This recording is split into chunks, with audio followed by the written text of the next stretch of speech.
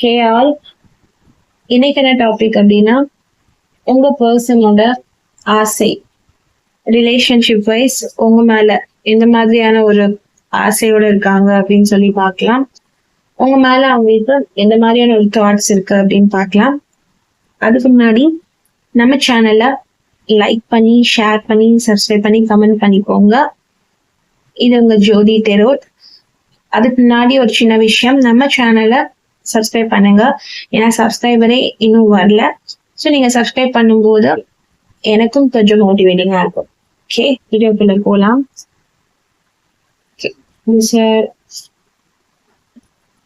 எடுத்தோடனே bunch of cards. Okay,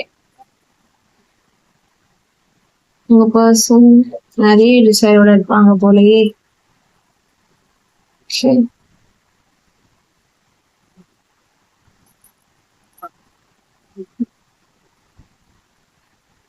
எந்த அளவுக்கு கவர் ஆகுதுன்னு தெரியல. நான் ஒவ்வொரு வீடியோல சொல்றதுதான். ஸோ கவர் ஆகலைனாலும் நோ ப்ராப்ளம். நான் உங்களுக்கு கார்ட்ஸ் கிட்ட காமிச்சு தான் சொல்லுவேன். ஏன்னா நான் போன்ல வீடியோ எடுக்கிறதுனால அப்படி இருக்கு. ஓகே, இன்னும் கொஞ்சம் கார்ட்ஸ் எடுக்கலாம். நான் இந்த கார்டை எடுக்கிறேன்.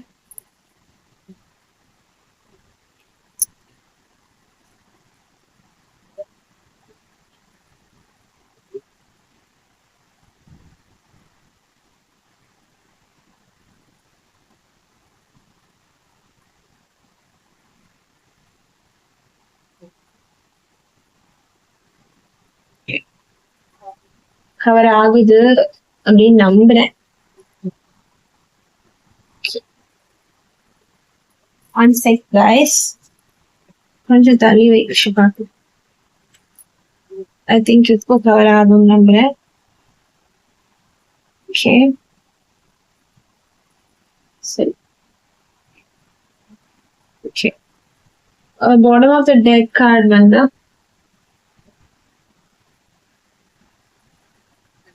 Judgement card. ஜட்ஜ்மெண்ட் கார்டு அப்படின்னு பாக்குறப்போ உங்க ரிலேஷன்ஷிப் ஐ திங்க் ஒரு ரீபர்த்தை நோக்கி டிராவல் பண்ணலாம். அதே நேரத்துல ஒரு கொஸ்டினிங்கோட இருக்கலாம். அதாவது உங்க பர்சன் வந்து உங்ககிட்ட இருந்து என்ன எதிர்பார்க்கறாங்க அப்படின்னா, உங்க ரிலேஷன்ஷிப்ல ஏதோ ஒரு சண்டைகள் இருக்கு. ஸோ அதுக்கு நீங்க ஒரு தெளிவான கிளாரிட்டி கொடுக்கணும் அப்படின்னு நினைக்கிறாங்க. செகண்ட் திங், இது வந்து ரீபர்த் அப்படின்னு சொல்றது. ஸோ அதனால உங்க ரிலேஷன்ஷிப் வந்து ஒரு புரோக்கனா இருக்கு அப்படின்னா திரும்ப ரீபர்த் ஒரு புதுப்பிக்கிறதுக்கான வாய்ப்புகள் நிறையவே இருக்கு. ஸோ உங்க பர்சன் உங்களை மன்னிச்சு ஏத்துக்கலாம், இல்லை நீங்க அவங்க மேல கோவமா இருந்தீங்கன்னா அவங்கள நீங்க மன்னிச்சு ஏத்துக்கலாம். மர்சி அப்படிங்கிறப்போ ஒரு கருணை. ஸோ திடீர் அப்படின்னு சொல்லிட்டு உங்க பர்சனை ஏன் நம்ம அவங்கள ஏத்துக்கூடாது அப்படிங்கிற ஒரு தாட் உங்களுக்குள்ள வரும். ஸோ இதே ஆசை உங்க பர்சனுக்கும் உங்க மேல இருக்கு. மேபி உங்க கூட அவங்க சண்டை போட்டுட்டு, அதாவது ரீசனே தெரியாம பிரேக்கப் ஆகி போவாங்க இல்லையா, அவங்களுக்குலாம் இது பொருந்தும். அவங்களாவே அவங்கள தேடி வரக்கூடிய வாய்ப்புகள் வந்து இருக்கு. ஸோ இதான் உங்களுக்கு மேஜர் கார்டே வந்து அதான் சொல்லியிருக்கு. பாட்டம் ஆஃப் த டெக்லேயே வந்து உங்களுக்கு ஜட்ஜ்மெண்ட் கார்டு பிளஸ் உங்களுக்கு இந்த இன்ஃபர்மேஷனோட நான் சொல்லியிருக்கேன். ஸோ உங்க பர்சன் உங்களை தேடி வர்றதுக்கான சான்சஸ் இருக்கு. உங்க ரிலேஷன்ஷிப் புரோக்கனா இருந்துச்சுன்னா அது புதுப்பிக்கிறதுக்கான வாய்ப்புகள் இருக்கு. உங்க பர்சனோ நீங்களோ ப்ளூட்டோவா இருக்கலாம், ஃபயர் எலமெண்டாக இருக்கலாம். ஓகே,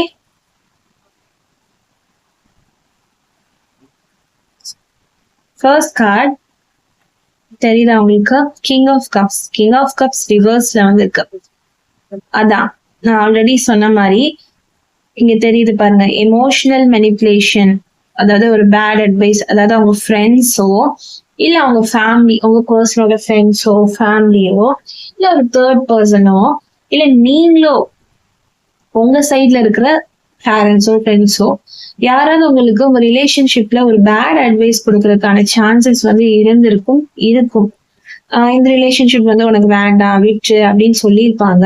அதை கேட்டுட்டு நீங்க செயல்பட்டிருப்பீங்க. அதாவது ஒரு மெனிப்புலேட் ஆகி ஒரு கன்ஃபியூஸ் பண்ணியிருப்பாங்க உங்களை தேர்ட் பர்சன். ஸோ எப்பவுமே ரிலேஷன்ஷிப்ல வந்து அந்த நபரை பேசி தீர்த்துக்கணும். 3வது பர்சன் வரும்போது கண்டிப்பா அங்க ஒரு கயோஸ் வந்து வரும், ஒரு பிரச்சனைகள் வந்து வரும். அப்படிதான் நீங்க இப்போ பிரிஞ்சிருப்பீங்கன்னு நான் சொல்றேன். ஏன்னா எனர்ஜிஸ் அப்படிதான் சொல்லுது. சோ அதான் இங்க கொடுத்துருக்கு. சோ உங்களுக்கு அந்த கார்டு மேஜரா வந்திருக்கு, ஃபர்ஸ்ட் கார்டாவே வந்திருக்கு. சோ அந்த மாதிரி இந்த ரிலேஷன்ஷிப்ல நீங்க பிரிஞ்சு இருந்தீங்க அப்படின்னா கண்டிப்பா உங்க ரிலேஷன்ஷிப் ரீபர்த் ஆகக்கூடிய சான்சஸ் இருக்கு. இதெல்லாம் bottom of the deck card பார்க்கும்போது உங்களுக்கு ரீபர்த் அப்படிங்கிற ஒரு வேர்ட் வந்திருக்கு. தட்ஸ் வை நான் இதை சொல்றேன். Next card sun card. ரிலேஷன்ஷிப்ல எப்பவுமே சன் கார்டு வருது அப்படின்னா ரொம்பவே நல்ல விஷயம். ஏன்னா பாசிட்டிவிட்டி, ஒரு ஹாப்பினஸ் கொண்டு வரும். நான் ஆல்ரெடி இங்க சொல்லியிருந்தேன் உங்களுக்கு பாட்டம் ஆஃப் த டெக்ல கண்டிப்பா உங்க ரிலேஷன்ஷிப் வந்து திரும்பி புதுப்பிக்கும், ரீபர்த் ஆகும்னு ஒரு ஸ்ட்ராங் கன்ஃபர்மேஷன் வந்திருக்கு. ஸோ இந்த கார்டை பாக்குறப்போ டபுள் கன்ஃபர்மேஷன் தான் நமக்கு. ஏன்னா பாசிட்டிவிட்டி, பிளஷர் கண்டிப்பா உங்க ரிலேஷன்ஷிப்ல இருக்கு. ஆல் இஸ் வெல் அப்படின்னு வந்திருக்கு. ரீபர்த் இங்கேயும் இருக்கு. இந்த கார்டை பாருங்க, இங்கேயும் ரீபர்த் அப்படிங்கிற வார்த்தை இருக்கு. சோ உங்களுக்கு ரிலேஷன்ஷிப் கண்டிப்பாக ரீபர்த் ஆகும். ஏன்னா ஏதோ ஒரு ப்ராப்ளமால நீங்க இவ்வளவு நாள் ஒரு பிரச்சனையில இருக்கலாம். ஏன்னா என்ன பிரச்சனையா இருக்க கூடும்னு சொல்லிட்டு நான் வந்து உங்களுக்கு கார்ட்ஸ்ல வந்து நான் கிளியரா சொல்லியிருக்கேன். ஏன்னா கண்டிப்பா ஒரு பேட் அட்வைஸ் ஏதோ ஒண்ணு கேட்டு இந்த ரிலேஷன்ஷிப் வந்து ஸ்பாயில் ஆயிருந்திருக்கலாம். பட் கண்டிப்பா நீங்களும் உங்க பர்சனும் இறங்கி வரக்கான வாய்ப்புகள் இருக்கு.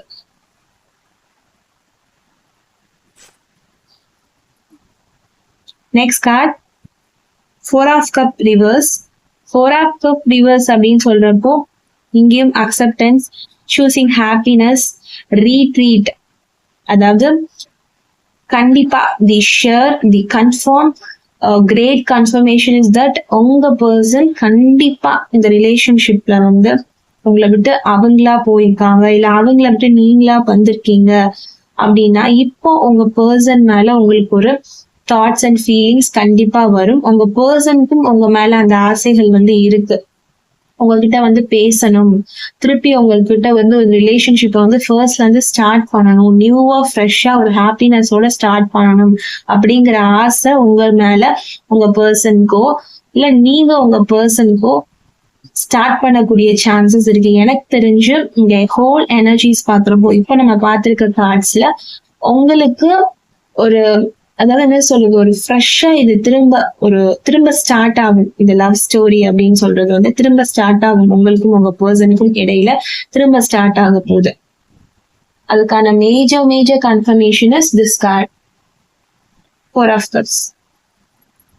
Next card is 10 of cups reversed. 10 of cup reversed அப்படின்னு பாக்குறப்போ உங்க ரிலேஷன்ஷிப்ல நீங்க நிறைய ஸ்ட்ரகிள் பண்ணிருப்பீங்க.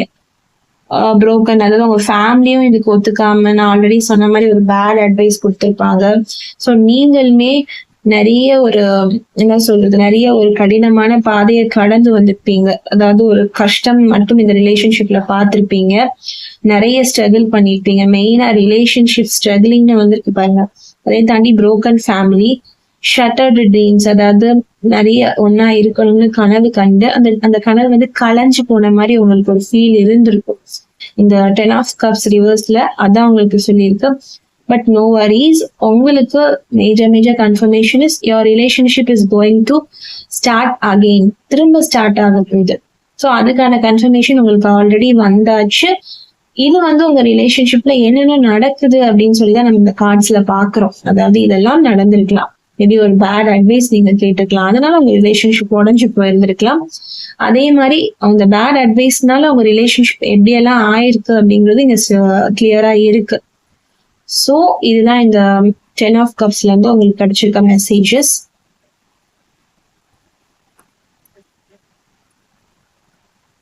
Next is 7 of pentacles. 7 of pentacles அப்படின்னு பாக்குறப்போ